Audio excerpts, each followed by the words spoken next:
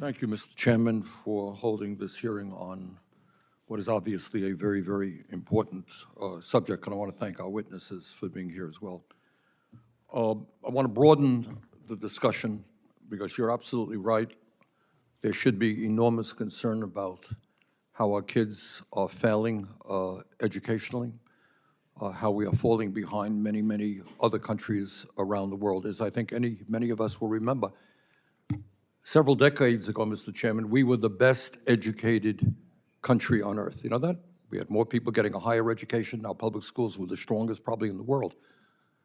I think we can all agree that is not the case today. But one of the points that I wanted to make is that while we focus on education, as important as that is, we also have to focus on the conditions under which our children are living. We are the richest country in the history of the world. Does anybody think it's appropriate that we have the highest rate of childhood poverty of almost any major country on earth? So I think when you're looking at the real world out there, we're looking at millions of families that are struggling to put food on the table, to pay the rent, kids who are growing up in dysfunctional families. So even before we focus on improving education, we should be focusing on improving the lives of our kids, because as the chairman indicated, they are the future of America. And if we push them aside and we don't give them any hope, that will be crime, and drugs will be the alternative, and that must not be allowed to happen. Mr. Chairman, I would mention that when we talk about education, we cannot ignore, as I'm sure you'll agree, the first 4 years of a kid's life, 0 to 4, the psychologists tell us are the most important in terms of intellectual and emotional development. Does anybody here disagree that our child care system is failing?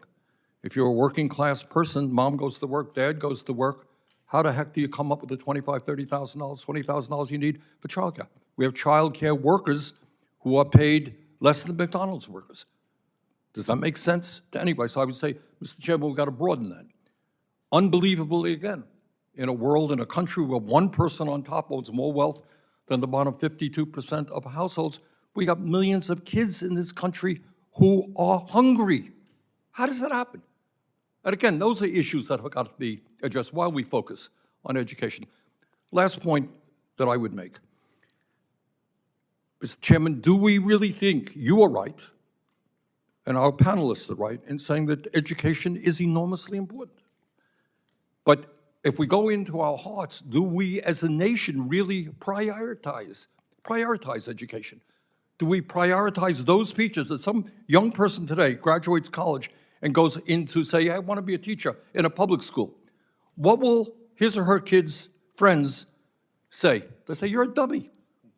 Why do you want to be a public school teacher and start off at $35,000, $40,000 a year? You can go to Wall Street and make 10 times that amount of money.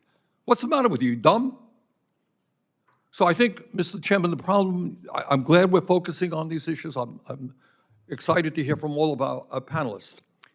But we have got to understand education is important. That means prioritize our children, prioritize our educators. I want our goal to be that young people graduating college say, I'm going to become a teacher. And everyone goes, that's great.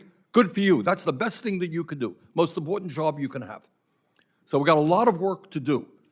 And I look forward to this discussion today, and I thank our panelists for being with us.